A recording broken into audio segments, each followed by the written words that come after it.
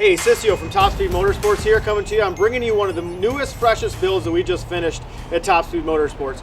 It's for Brian, Unabomber on the forums, if you're on the forums, or if you've been to any half-mile events, any quarter-mile events, Texas 2K, want to go fast, you've seen him jumping around, acting crazy. Brian Spachman, a very good customer of ours and a very good friend. We're very excited about this build. Basically, this build is a street version of the TSM shop car. It has all the latest, greatest stuff that we have done to the shop car to do the awesome times that we've done in the 786 in the quarter mile on 212 and a half. And this engine is our 4.4. It's got our bracing, our modifications to the deck and the block and everything else in order to hold the 4.4 together with the high torque that we run through the Alpha16, which is, you know, anywhere between 1,300 and 1,400 foot-pounds of torque around that 45 PSI mark. It's also got our head package in it with GSC springs and retainers, the Ferrea valves, GSC cams, Ferrea valve stem seals, and then of course our bracing on the head as well, which changes a lot as far as how we keep the head gasket in the car and everything else. Some of that's proprietary, but it's proven to work really, really well. This car hasn't performed on the drag stripper in the half mile yet, but keep your eye out because it will. He's about to take delivery of it, and it's going to be one mean little guy. We're trying to put Spachman, the first customer-driven Alpha16, into the 7, so hopefully that happens. The Alpha16 itself, that's modified by us just slightly. You know, we do bigger downpipes along with a bigger Y pipe, bigger intakes just to get the air in and out of the turbos better. With the 4.4, that makes a big difference because you've got a lot of extra displacement. When you get up around that 43, 44, 45 pounds of boost neighborhood, that makes a big difference. In that 35, 36, 37 pound of boost neighborhood, not that big a difference.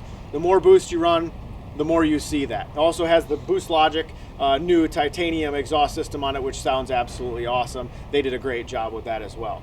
It's got our catch can on it, which makes a big difference, pulling vacuum on the crankcase. That's the system we've designed and redesigned and works really, really well. Got the Boost Logic intake manifold, 12 injector setup, and then driven by the Motec M1 and controlled by that and tuned by Rob at RobTune. So the car made 1,550 horsepower or so on the dyno, but not turned all the way up. We don't do that until we get to the drag strip or the half mile, because on the dyno, you can only put down so much horsepower and torque when you're running up at that type of torque numbers, which was over 1,300 foot-pounds of torque as well. So watch for this thing at the drag strip for sure. It also has, as far as aesthetics are concerned, it has our brake kit on it, which is the ZR1 rotors with our billet hats that we've designed and made a few changes to some of the other stuff in the industry. Very light, lots of rotating mass off of it, and they work phenomenally. We did some custom powder coating on the caliper itself, put TSM nice in the caliper. It looks really, really, really cool. Very excited about how it came out. Everybody thinks it's great. Also, we did the CCW wheels, the new hybrid version of the CCW wheels. They look amazing. We did custom powder coating on those as well with a polished lip.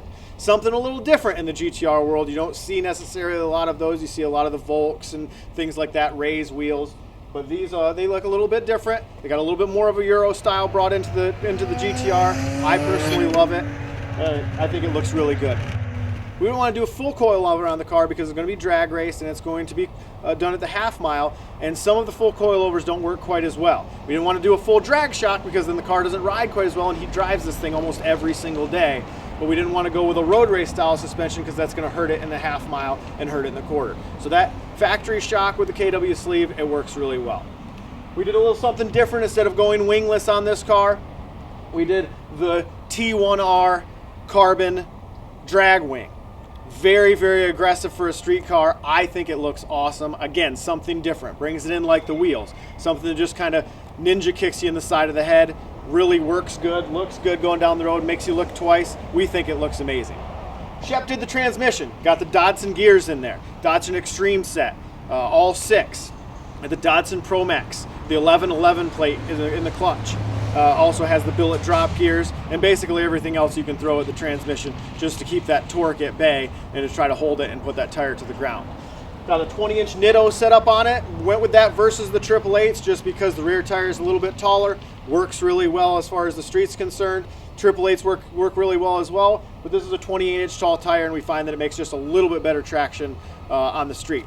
Not as good in the rain. If you're thinking about a car and a tire that you're going to do in the rain and in the dry, do not go with those tires. They are sketchy in the rain for sure.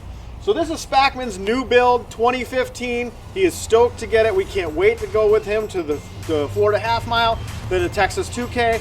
You'll see the Texas 2K with a 15-inch setup on the back of it, ready to rock and roll for the quarter mile.